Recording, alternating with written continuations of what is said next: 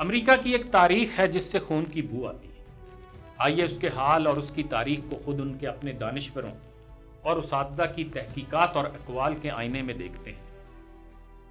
ہاورڈزن کی کتاب People's History of the United States کے مطابق امریکہ دریافت کرنے والے کرسٹوفر کولمبس کے ہاتھ پر ریڈ انڈینز کا لہو ہے، یعنی تاریخ کا آغاز ہی خون بہانے سے ہوتا ہے۔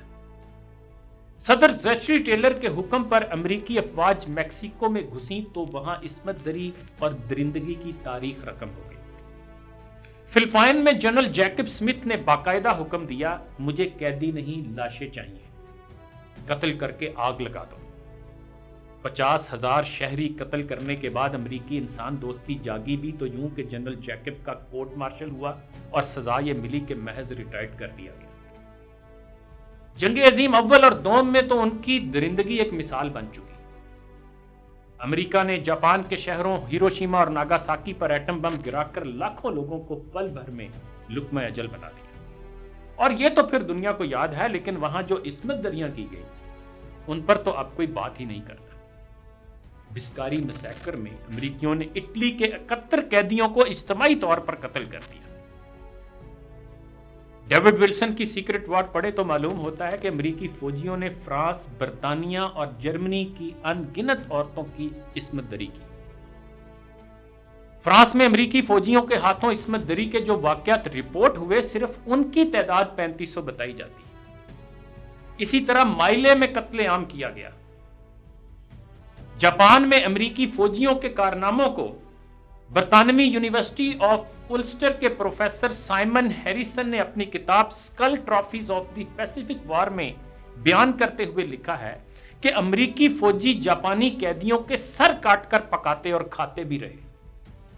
امریکی صدارتی امیدوار جان مکین کے 2008 کے الیکشن کے مشیر نیال فرگوسن نے اپنی کتاب دی وار آف دی ورلڈ میں لکھا، دشمن کی کھوپڑیوں کو ابال کر کھال اتار کر انہیں یادگار کے طور پر رکھنا ایک معمول تھا۔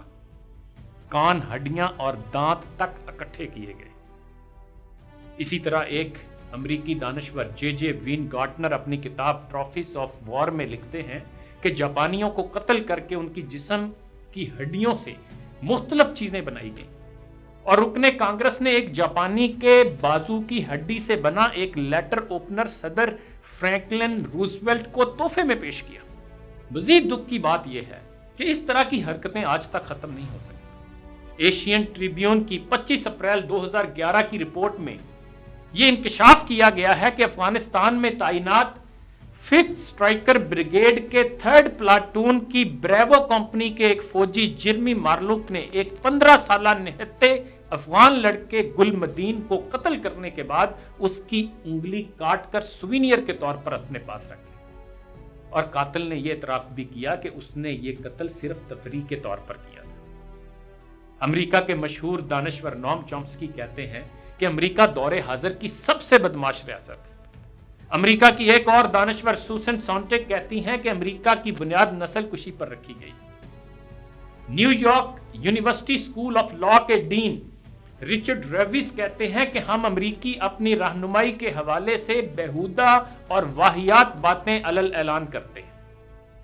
اسی سفاک رویے کی تشریح بیان کرتے ہوئے ولیم بلم نے اپنی کتاب Killing Hope U S Military and CIA Intervention Since World War II میں لکھا ہے کہ بات یہ نہیں ہے کہ امریکہ کی خارجہ پالیسی اس لیے بے رحم ہے کیونکہ اس کی قیادت بے رحم ہے۔ معاملہ یہ ہے کہ ہمارے رہنما اس لیے بے رحم ہیں کیونکہ فارن پالیسی اسٹیبلشمنٹ میں صرف انہی کو عہدہ مل سکتا ہے جو بے رحم، ظالم اور ڈھیٹ ہوں۔ اور اگر کوئی یہ سمجھے کہ امریکہ صرف ڈونلڈ ٹرمپ کے دور میں ایسا ہو گیا ہے تو وہ غلط فہمی کا شکار ہوگا۔ جب جاپان پر ایٹم بم گرائے گئے تھے تو اس وقت وائٹ ہاؤس میں ٹرمپ تو تشریف فرما نہیں تھے۔ جب افغانستان کو روندا گیا اور صرف عراق کے 10 لاکھ بچے دواؤں کی قلت پیدا کر کے مار دیے گئے، اس وقت بھی اقتدار ٹرمپ کے پاس نہیں تھا۔ اس لیے یہ کسی فرد کے مزاج کا معاملہ نہیں بلکہ یہ امریکی قوم کی پالیسی کا وہی تسلسل ہے جس کا اظہار رچرڈ ریویز اور ولیم بلم نے کیا۔ دراصل اقوام متحدہ اور دنیا کے نظام حیات کو پامال کرتے ہوئے اپنی مرضی مسلط کرنا اور اس کے لیے کسی بھی حد سے گزر جانا ٹرمپ کا شخصی رجحان نہیں، یہ امریکہ کی اعلانیہ پالیسی۔ یہ صدر ریگن تھے جنہوں نے کہا تھا اقوام متحدہ میں ہر اس مسئلے پر جس میں ہم ملوث ہوں، 100 اقوام بھی اگر ہمارے ساتھ متفق نہیں ہوتی تو اس عدم اتفاق سے بھی کبھی میرا ناشتہ بد مزہ نہیں ہوا۔ یہی بات کلنٹن نے اپنے انداز سے بیان کی۔ انہوں نے کہا جہاں ممکن ہو امریکہ دیگر اقوام کے ساتھ مل کر کام کرے گا، لیکن جہاں ضروری ہوا امریکہ یک طرفہ کارروائی کرے گا۔ اس معاملے میں کوئی ابہام تھا تو وہ امریکہ کے secretary of state Dean Acheson نے بہت پہلے ہی یہ کہہ کر دور کر دیا تھا کہ امریکہ بین الاقوامی قانون اور کسی ضابطے کا پابند نہیں، اور ان کے الفاظ تھے to hell with international law.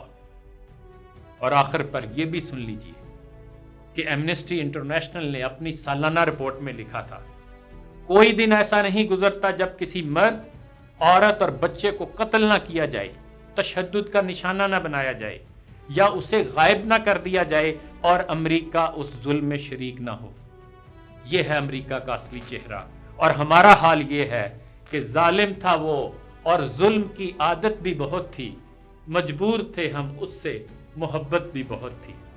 I am T V کے اگلے پروگرام میں پھر بات ہوگی، اپنا خیال رکھیے گا، اللہ حافظ۔